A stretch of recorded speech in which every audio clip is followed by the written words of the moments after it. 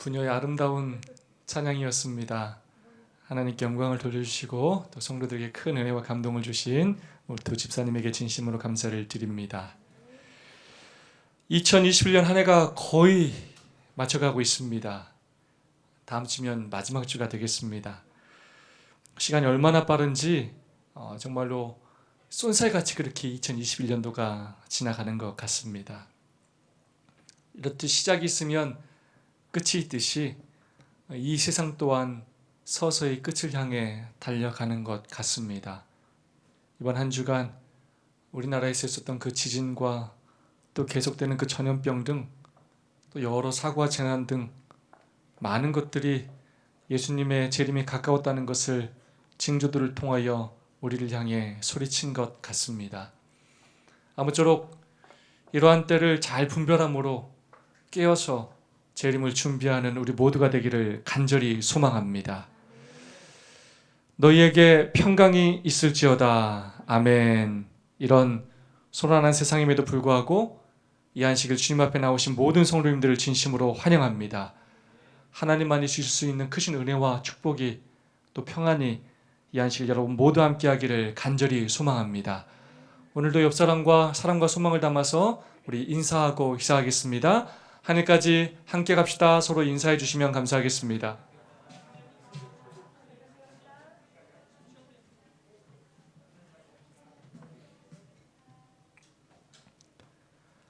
하나님의 말씀 사도행전 12장 1절로 3절까지의 말씀을 봉독하겠습니다.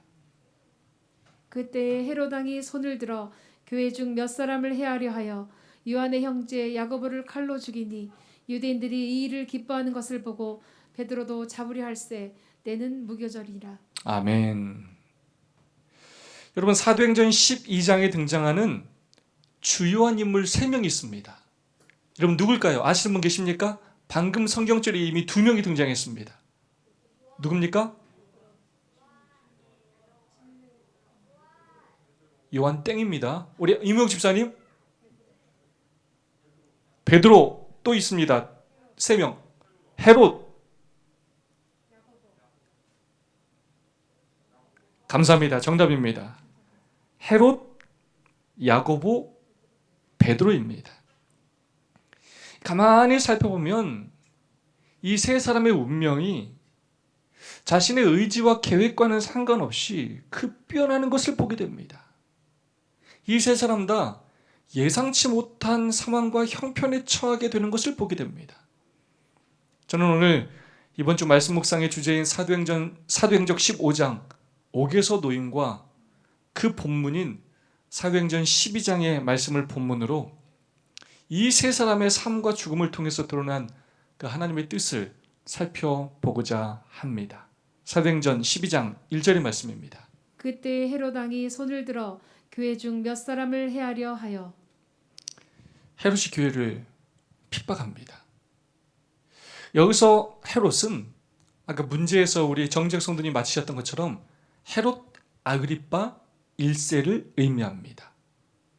헤롯 대왕의 손자이고 침례 요한 이야기에 등장하는 헤로디아의 남매이기도 합니다. 헤롯이 무슨 일을 하느냐? 요한의 형제인 제자 야고보를 잡아서 칼로 죽였습니다. 근데 그 이유가 무엇이냐? 참 어이가 없습니다. 바로 유대인들의 환심을 사기 위해서였습니다. 원한이 있어서 죽인 것도 아니고 시비가 붙어서 싸우다가 죽은 것도 아닙니다. 유대인들의 인기를 얻기 위해서 초기교회에서 좀 두드러졌던 인물이었던 것 같아요. 그 야고보를, 그 초기교회 리더인 야고보를 잡아 죽인 것입니다. 자기의 정권을 유지하기 위해서 유대인들의 그 비유를 맞추기 위해서 사람을 죽인 것입니다. 헤롯은 당시에 이렇게 사람 죽이는 것을 아무렇지도 않게 생각했습니다. 유대교의 개종한 사람이라고 고백했던 그가, 말로는 하나님을 사랑하고 섬긴다고 고백했던 그가, 그 유대인들의 그 율법의 의식을 열심히 행했던 그가 자신의 권력을 지키기 위해서라면 자신의 지위를 위해서라면, 인기를 얻기 위해서라면 누구든지 얼마든지 죽일 수 있는 그러한 사람이었다는 것입니다. 말로만 하나님을 의지하고 말로만 하나님 하고 율법 했지 그의 양심은 마비되었고 돈과 권력의 마음을 빼앗긴 사람이었습니다. 율법을 짓밟는 사람이었습니다. 이 얼마나 끔찍하고 무서운 일입니까? 결국 신앙이라는 것은 사람을 얼마나 귀히 여기느냐입니다. 이 참된 종교냐 아니냐의 그 핵심은 바로 얼마나 사람을 귀하게 여기느냐입니다. 말로만 하나님을 사랑한다가 아니라 하나님을 사랑하는 만큼 얼마나 사람을 사랑하느냐입니다. 특별히 지극히 작은 자 하나를 얼마나 귀히 여기고 소중히 여기느냐 하는 것입니다. 아무리 신앙생활을 열심히 해도, 아무리 내가 율법을 잘 지킨다고 공언하고 의식적으로 율법에 충실해도 자기 구원만을 위해서 살면 아무 소용이 없다는 것입니다. 내가 열심히 신앙생활하는 것이 첫째지만, 내가 열심히 신앙생활한다 해도 다른 사람을 돌보지 않는 신앙이라면 소용이 없다는 것입니다. 결국은 얼마나 다른 사람을 귀히 여기느냐가 우리의 신앙의 척도이고 하나님께서 그것으로 우리를 평가하신다는 것입니다. 여러분 주변에 여러분 마음에 들지 않는 사람이 있을 수 있습니다. 아니 분명히 있습니다. 내 삶이 바쁘고 힘들어서 무관심하게 여기며 살았던 사람이 있을 수 있습니다. 사람 사는데 당연한 일이죠.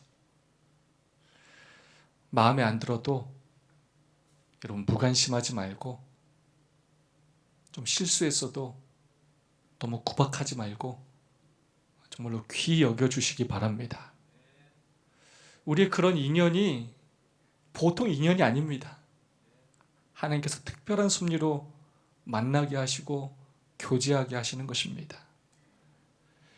그 사람이 내 삶에 전혀 도움이 되지 않는 것처럼 보여도 밀쳐내지 마시고 귀히 여겨주시기 바랍니다. 그 사람이 언젠가 여러분의 삶에 큰 도움이 될 수 있다는 사실을 기억하시기 바랍니다. 성도를, 이웃을, 친구를, 원수를 귀히 여겨주시기 바랍니다. 지금까지 그냥 무심하게 지나쳤던 많은 사람들에게 먼저 다가가서 용기를 내어서 그들에게 친절을 베풀고 예수님의 사랑을 전해주시기 바랍니다. 하나님께서 그 일을 기뻐하십니다. 그리고 그런 행동들이 우리로 하여금 예수님을 닮아가게 하고 우리를 참된 그리스도인으로 변화시키는 것입니다. 당장 그 사람이 교회를 나오든 안 나오든, 그 사람이 예수님을 믿든 안 믿든 상관하지 마시고 여러분이 만나는 모든 사람들을 그렇게 귀히 여겨주시고 사랑을 베풀어 주시기를 바랍니다. 하나님을 사랑할 뿐만 아니라 사람을 사랑하고 귀히 여기는 우리 모두가 되기를 간절히 소망합니다. 그렇게 야고보는 헤롯의 핍박으로 죽게 되었습니다. 예수님이 승천하신 이후에 13년이라는 짧은 기간 동안 봉사하고 죽게 되었습니다. 예수님이 12제자 중에 첫 번째 순교자가 되었습니다. 여러분 야고보 입장에서 생각해 본다면 정말 생각지도 못한 죽음이었을 것입니다. 너무나 갑작스러운 죽음이었을 것입니다. 교회로서는 생각지도 못한 충격이요 손실이었습니다. 또한 두려움이었습니다. 악인에 의해서 의인이 어찌할 도리 없이 죽는, 손 한 번 써보지도 못하고 죽는 그런 허망한 죽음이었습니다. 근데 사도행전 12장은 또 다른 한 사람의 죽음을 이야기하고 있습니다. 누구의 죽음이냐? 바로 헤롯의 죽음입니다. 야고보를 죽였던 그 헤롯이 갑자기 죽는 장면이 12장 20절로 23절에 기록되어 있습니다. 이 두로와 시돈 땅은 헤롯이 다스리던 영토가 아니었습니다. 저곳은 자치도성이었습니다. 헤롯은 두로와 시돈에 대하여 안 좋게 생각하고 있었습니다. 그래서 해상 무역을 하는 그 두로와 시돈을 방해하였습니다.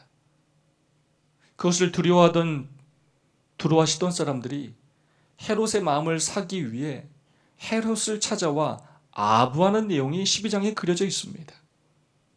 오늘 헤롯이 사람들 앞에서 연설을 하였습니다.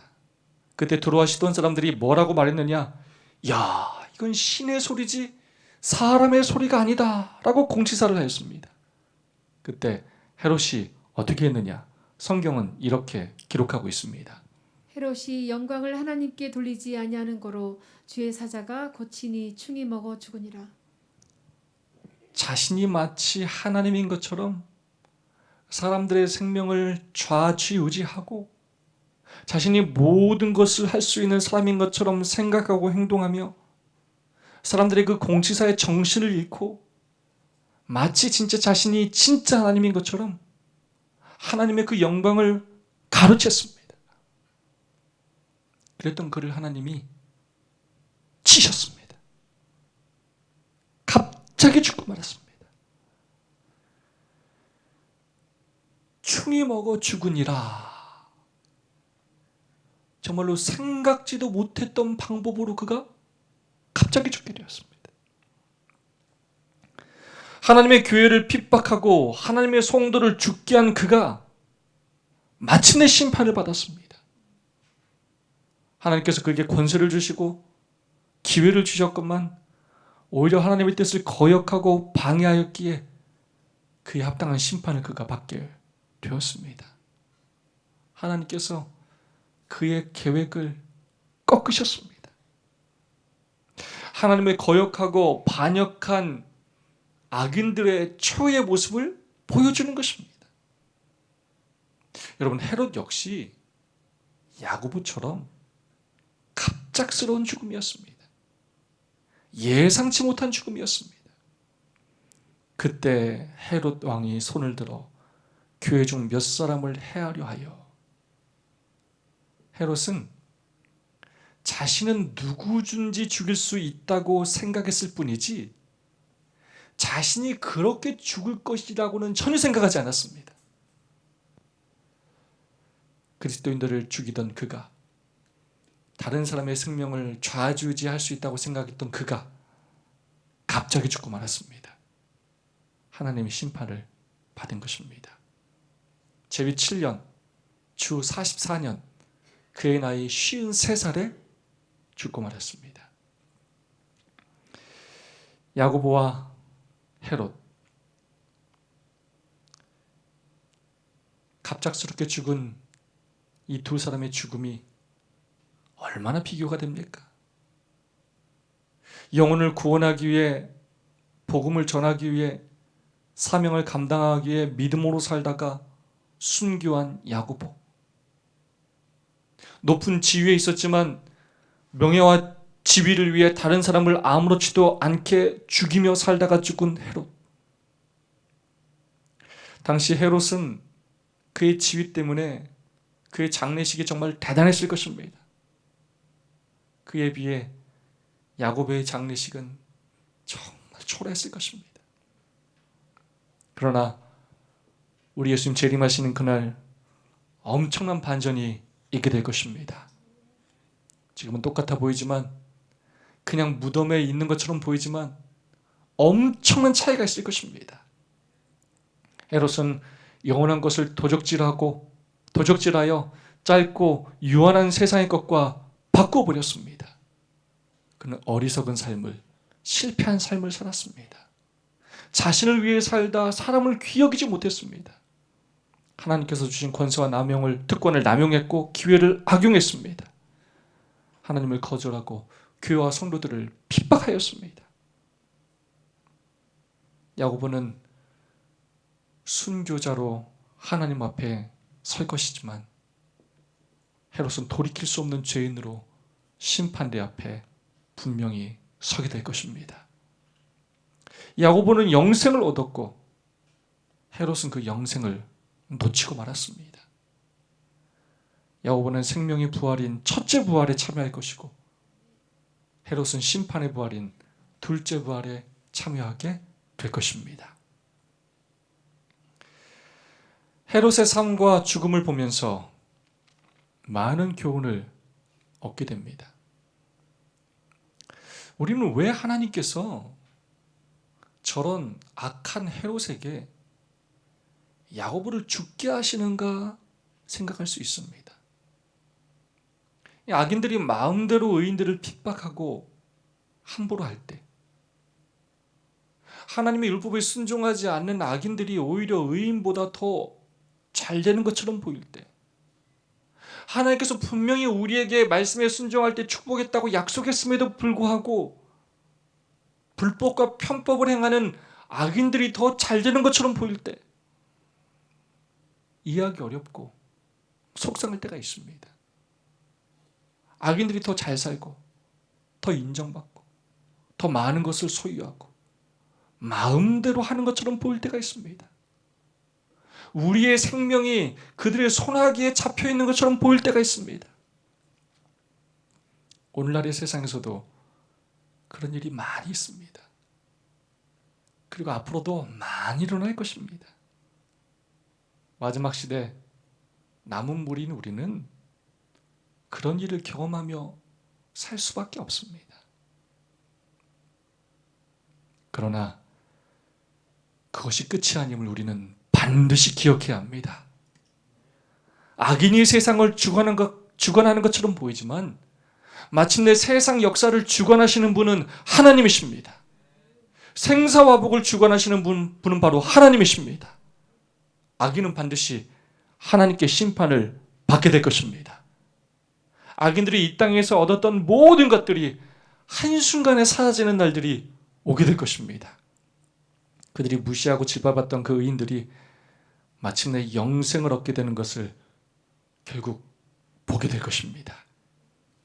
오늘 우리는 누구의 모습으로 살아가고 있습니까? 오늘 우리는 야고보와 헤롯 중 누구의 삶을 그리고 누구의 죽음을 더 갈망해야 합니까? 악인이 잘 되는 것 그건 절대로 부러워하지 마시기 바랍니다. 어디 어떻게 투기해서 몇 억을 벌었고 여러분 그런 거 너무 부러워하지 마시기 바랍니다. 하나님께서 모든 사람들을 선악간에 심판하실 것입니다. 하나님께서 마침내 우리에게 주시고자 하시는 것은 이 세상의 것이 아닙니다.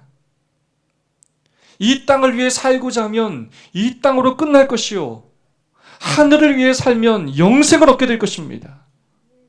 나를 위해 살고자 하면 죽을 것이고 하나님과 다른 사람을 위해 죽고자 하면 마침내 살게 될 것입니다. 결국 생명의 주인은 하나님이십니다. 나를 위한 삶을 그치시고 사나 죽으나 하나님과 복음 전도를 위해 살게 되기를 소망합니다. 나에게 주신 권세와 기회와 재산과 재능을 영고운 사업을 위해 사용하게 되기를 간절히 소망합니다. 들으실 때 여러분이 내년도 월정 도로가원금 약정서를 받으셨을 것입니다. 자원하는 마음으로 오늘 기록하시고 오늘 제출해 주시면 좋겠고 오늘 마음의 준비가 되지 않으신 분들은 또 다음 주, 그 다음 주까지 그렇게 함께 협력해 주시면 감사하겠습니다. 이번에는 또 다른 두 사람을 비교해 보기를 원합니다. 바로 야고보와 베드로입니다. 이 방금 전에 악인 헤롯과 의인 야고보를 비교했다면 이번에는 의인과 의인을 한번 살펴보겠습니다. 헤롯에게 잡혔던 두 제자의 운명은 완전히 달랐습니다. 헤롯이 야고보를 죽이자 그리고 유대인들이 기뻐하자 헤롯은 베드로도 죽이려고 잡아오게 가두었습니다. 여러분 그런데 결국 어떻게 되었습니까? 야고보는 죽었지만 베드로는 구출되었습니다. 교회가 베드로를 위해 간절히 기도하는 내용. 하나님께서 베드로를 그 옥에서 16명이 지키고 있는데도 기적적으로 감옥에서 구출하시는 내용이 12장에 자세히 기록되어 있습니다. 근데 그에 비해 야고보의 죽음 내용은 딱 한 절로 기록되어 있습니다. 요한의 형제 야고보를 칼로 죽이니. 교회가 그를 위해 기도했다는 내용도, 하나님께서 그를 구출하시기 위해 노력하는 내용도 전혀 기록이 되어 있지 않습니다. 사도행적 15장의 제목도 옥에서 노임이에요. 옥에서 노임. 누구 얘기예요? 베드로입니다. 베드로 입장의 내용입니다.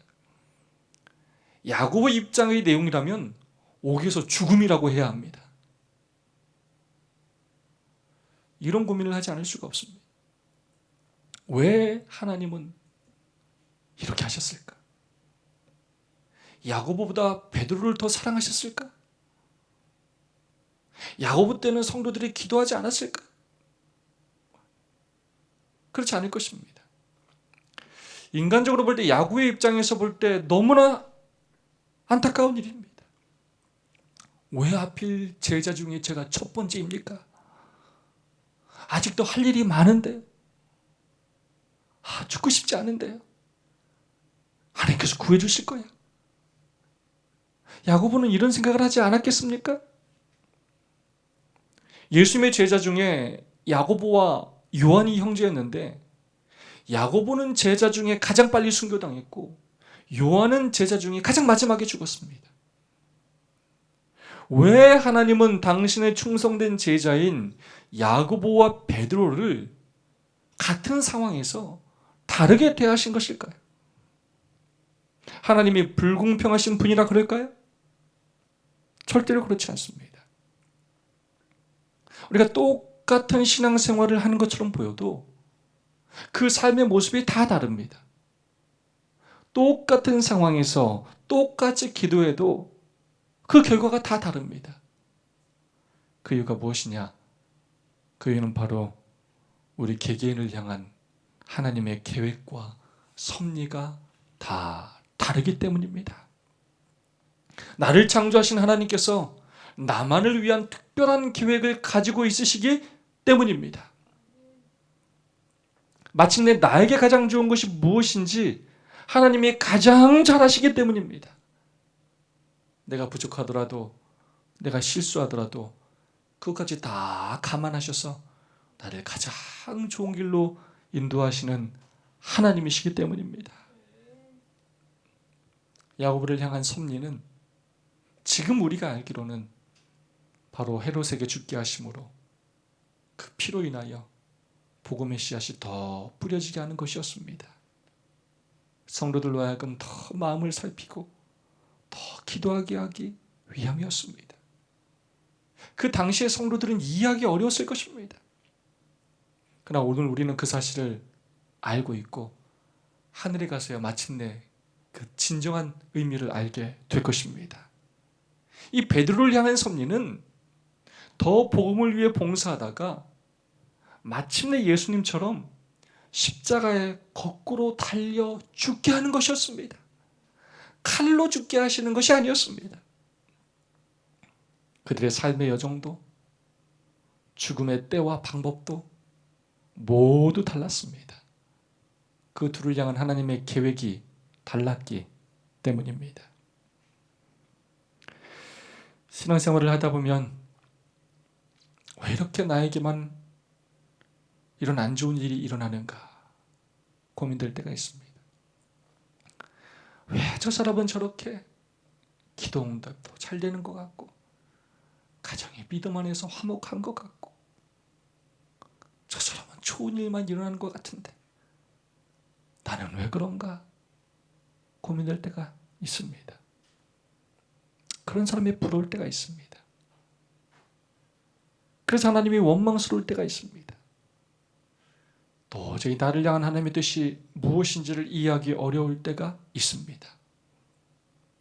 바로 그때 우리가 할 수 있는 최선의 일은 바로 하나님을 온전히 믿는 것입니다. 지금은 알지 못한다 할지라도 나를 향한 하나님의 계획과 섭리가 있다는 것을 믿는 것입니다. 나의 바램대로 기도가 응답되지 않아도, 내 생각대로 결과가 좋아 보이지 않아도, 나보다 나를 더 잘하시는 하나님께서 나를 더 좋은 길로 인도하신다고 믿는 것입니다. 우리 눈에 보이는 것이 다가 아닙니다. 저 안에 저 세상은 우리 눈에 보이지 않지만 하나님은 다 볼 줄 아시며 하나님은 다 알고 계십니다. 하나님께서 나를 더 좋은 길로 인도하신다고 믿어야 하는 것입니다. 보이지 않는 것을 볼 줄 아는 것, 그것이 믿음인 것입니다. 하박국 3장 7절에 17절의 말씀입니다. 비록 무화과나무가 무성치 못하며 포도나무에 열매가 없으며 감람나무에 소출이 없으며 밭에 식물이 없으며 우리의 양이 없으며 외양간에 소가 없을지라도 나는 여호와를 인하여 즐거워하며 나의 구원을 하나님을 인하여 기뻐하리로다. 아멘.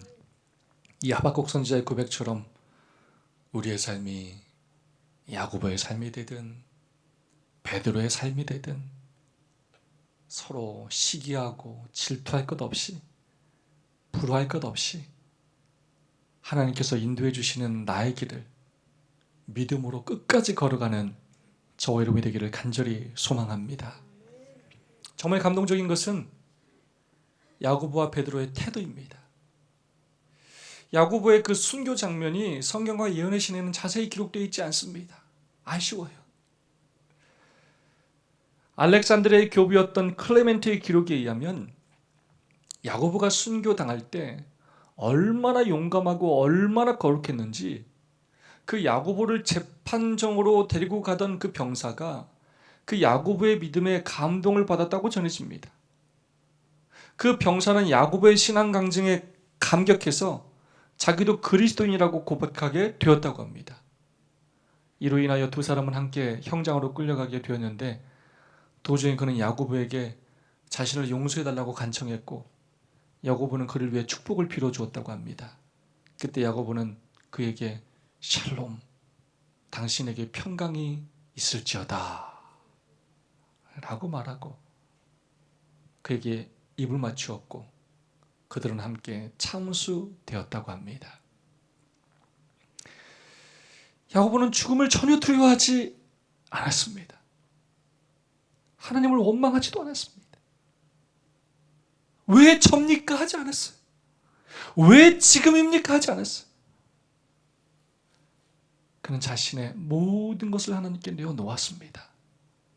사는 것도 죽는 것도 모두 하나님께 내어놓았습니다.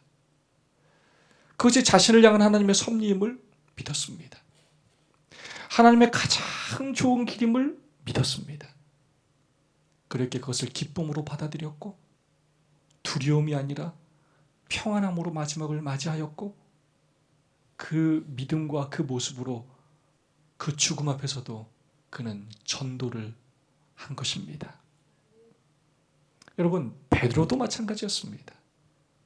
교회의 성도들은 두려움이 하나님께 간절히 기도하였습니다. 사도행전 12장 5절입니다. 이에 베드로는 옥에 갇혔고 교회는 그를 위하여 간절히 하나님께 빌더라. 그러나 감옥에서 죽을 날을 기다리던 베드로는 전혀 두려워하지 않았습니다. 성도들은 두려워하며 간절히 기도했는데 베드로는 오히려 두려워하지 않았습니다. 12장 6절입니다. 헤롯이 잡아내려고 하는 그 전날 밤에 베드로가 두 군사 틈에서 두 쇠사슬에 매어 누워 잤는데 파수꾼들이 문 밖에서 옥을 지키더니 바로 이 장면은 베드로가 처형당하기 바로 전날의 모습입니다. 베드로도 자기가 다음 날 야고보처럼 죽을 것을 알았습니다. 4명의 군사, 또 2명은 베드로와 함께 묶여있고 2명은 서서 감시했고 그렇게 단계에서 16명의 군사들이 그를 감시하고 있었습니다. 여러분, 죽기 전날 마음이 어땠을까요? 정말 겁나지 않았을까요? 근데 지금 베드로가 어떻게 하고 있습니까? 누워 자는데. 제정신입니까? 잠을 자고 있는 것입니다. 잠이 옵니까? 선지자는 이렇게 기록하고 있습니다. 사도행전 146페이지입니다. 천사가 감방에 들어가니 베드로가 누워 있는데 전적인 신뢰의 평화스러운 잠을 자고 있었다. 아멘. 아이고, 천사가 깜짝 놀랄 일이에요. 지금 구하러 들어갔는데 지금 뭐 하고 있어요? 잠을 자고 있는 것입니다. 그날 밤에 예루살렘 교회에서 잠을 제대로 잔 그리스도인은 베드로밖에 없었을 것입니다. 이 얼마나 대단한 믿음입니까? 이 얼마나 전적인 신뢰입니까? 리뷰 1911년 4월 27일자는 이렇게 기록하고 있습니다. 베드로는 그 상황으로 인해서 겁을 먹지 않았다. 주님을 부인하고 나서 그가 제 빛으로 돌아온 후 그가 위험을 당할 때 그는 아주 용감하였고 십자가에 달리시고 부활 승천하신 구주를 설교함에 있어서 고상한 용기와 담력을 보여주었다. 베드로는 그리스도를 위하여 그의 생명을 바쳐야 할 시간이 되었다고 믿었다. 아멘. 베드로가 옥에 갇혔을 때 이제 내가 뭐 할 때라고 생각했다고요? 죽어야 될 때다라고 생각했다는 것입니다. 베드로는 이제 죽음을 두려워하지 않는 사람이 되었습니다. 죽음이 두려워 예수님을 부인했던 그가 이제는 그 죽음을 두려워하지 않았습니다. 이미 자신을 죽은 자로 생각했습니다. 지금까지 자신은 예수님의 은혜로 덤으로 사는 인생이라고 생각하였습니다. 그리고 내일 자신이 죽어야 한다면, 그것이 하나님의 섭리라면 그 길을 걸어가겠다고 다짐하였습니다. 어떻게 그런 마음을 갖게 되었을까? 요즘 계속 이런 이야기만 말씀을 드리는데, 왜냐하면 사도행적의 이야기가 다 이런 이야기예요. 어떻게 그런 마음을 갖게 되었을까 고민하다가 이번 주 성경 독독범인 히브리서에서 저는 나름대로 그 답을 찾았습니다. 히브리서 11장 35절의 말씀입니다. 천사가 잠시만요. 네. 어떤 이들은 더 좋은 부활을 얻고자 하여 악형을 받되 구차히 면하지 아니하였으며. 아멘. 여러분이 얼마나 감동적인 구절입니까? 어떤 이들은 더 좋은 부활을 얻고자 하여 악형을 받되 구차히 면하지 아니하였으며. 이 말씀을 읽는데 야고보와 베드로가 떠올랐어요. 야고보와 베드로 모두 조금 더 오래 살기 위해 그 순간 믿음을 포기하거나 그 악인들 앞에서 구차하게 목숨을 구걸하지 않았다는 것입니다. 죽겠습니다라고 그렇게 나아갔다는 것입니다. 근데 그 이유가 무엇이라고요? 더 좋은 부활을 갈망했기 때문이라는 것입니다. 그들은 예수님의 부활을 경험했기 때문에 그 부활을 진심으로 믿었습니다. 영생을 믿었습니다. 그래서 그들의 목숨이 아깝지가 않았습니다. 우리도 야고보와 베드로처럼 살았으면 좋겠습니다. 코로나19와 지진, 사고와 재난, 질병 가운데서 하나님께서 베드로를 옥에서 구출해 주셨던 것처럼 특별한 섭리로 우리를 지켜주시겠지만 우리 또한 이 죄된 세상에서 우리의 앞날이 어떻게 될지 아무도 모릅니다. 우리의 삶이 야고보와 같은 삶이 될지 베드로와 같은 삶이 될지 아무도 모릅니다. 불확실한 것들이 가득한 세상에 우리는 살고 있습니다. 오늘 우리의 삶이 믿음으로 사는데도 생각지 않은 궁지에 몰릴 수도 있습니다. 어려운 일을 당할 수도 있습니다. 바로 그때 하나님을 불신하거나 두려워하지 말아야 합니다. 어려운 일을 만났다고 하나님 없는 것처럼 난리 법석을 떨지 말아야 합니다. 그 일로 마치 죽을 것처럼 생각하고 인생이 다 끝난 것처럼 행동하지 말아야 합니다. 죽게 하실 일이라면 죽을 것이고 살게 하실 일이라면 살게 하실 것을 믿어야 합니다. 이 일에도 하나님의 뜻이 있음을 믿어야 합니다. 하나님께서 나를 가장 좋은 길로 인도해 주실 것을 믿어야 합니다. 거룩한 담대함으로 하나님을 믿는 그 믿음으로 내 삶 자체를 하나님께 맡겨야 합니다. 사나 죽으나 저는 하나님의 것이니 하나님의 뜻대로 하시옵소서 라고 기도해야 합니다.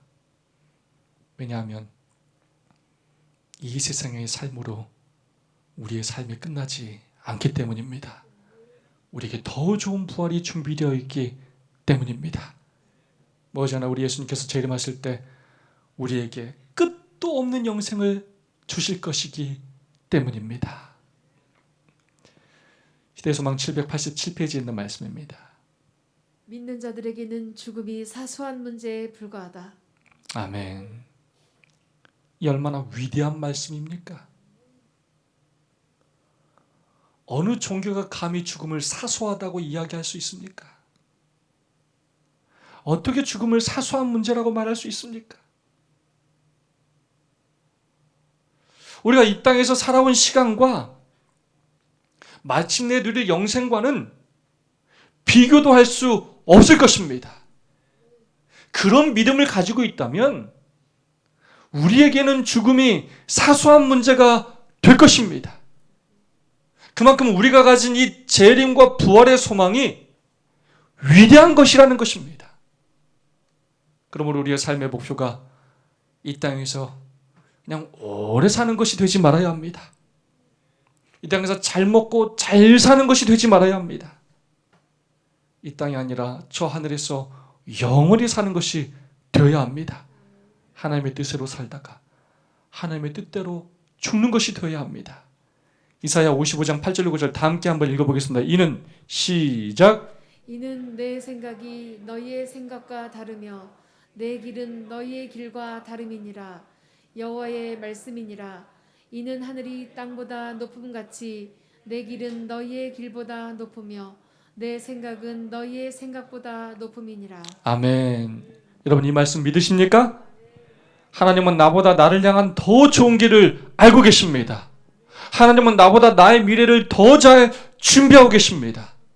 내가 하나님을 위해 일하는 것만 생각하며 사는데 그것과 비교할 수 없이 하나님께서 나를 위해 더 크게 일하고 계십니다.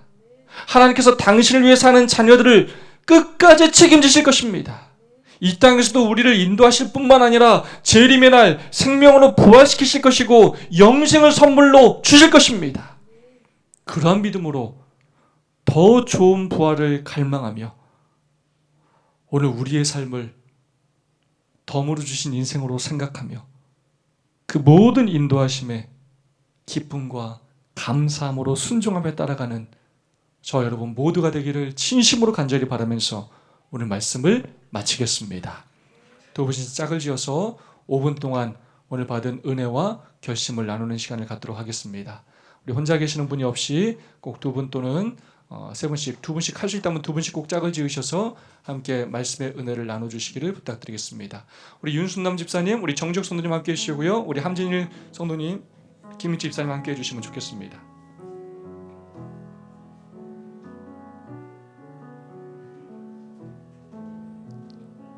네, 우리 안성호 장로님 그러면 네, 정적 성도님 같이 해주시고 우리 윤순남 집사님하고 우리 박지인 청년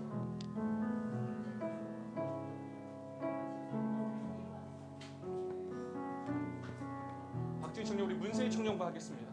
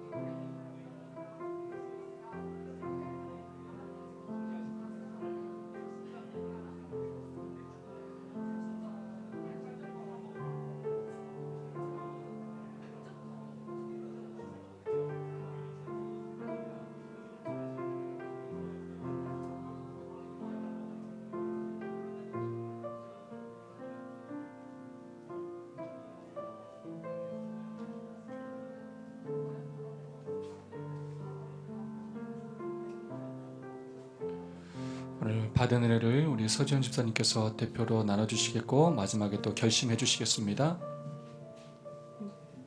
참 은혜로운 말씀을 오늘도 해주셨는데 극과 극을 보여주는 그들의 삶을 통해서 또 저희가 내가 어떻게 이렇게 살면 되겠냐 이런 걸 보여주신 것 같습니다. 그들이 그렇게 순교할 수 있었던 것도 어쩌면 하나님께서 주신 그들에게 주신 큰 은혜이다 생각이 들고 더 나은 부활이 있다는 거, 이 세상의 삶이 이게 끝이 아니라는 걸 확실히 보여주셨기 때문에 그들이 믿음으로 순교할 수 있었고 끝까지 그 믿음을 변치 않았던 것 같습니다. 저희도 또 제가 살면서 어려움 겪을 때마다 믿음이 흔들리는데 그렇게 하지 않고 이제 하나님께서 저에게 계획한 것을 제가 하나하나 걸어가면서 지켜지고 또 그럴 때마다 힘든 일이 있어도 하나님의 그 길을 걷는 제 길이 삐뚤어지지 않은 거를 확신하고 더 믿음으로 정진하고 또 이웃을 사랑하라는 그 말씀, 오늘 들었던 말씀 중에서 제 몸만 챙기는 게 아니라 이웃을 사랑하고 소중히 여기라는 그 귀한 말씀을 가지고 2022년을 얼마 안 남았기 때문에 22년의 그런 삶을 계획하는 데 있어서 오늘 말씀을 교훈 삼아서 지켜야 할 것 같습니다. 우리 서지현 집사님을 주님의 이름으로 축복합니다. 감사합니다. 네, 지금은 헌금 봉헌하는 시간입니다. 집에 들어가 아기와 그의 어머니 마리아가 함께 있는 것을 보고 엎드려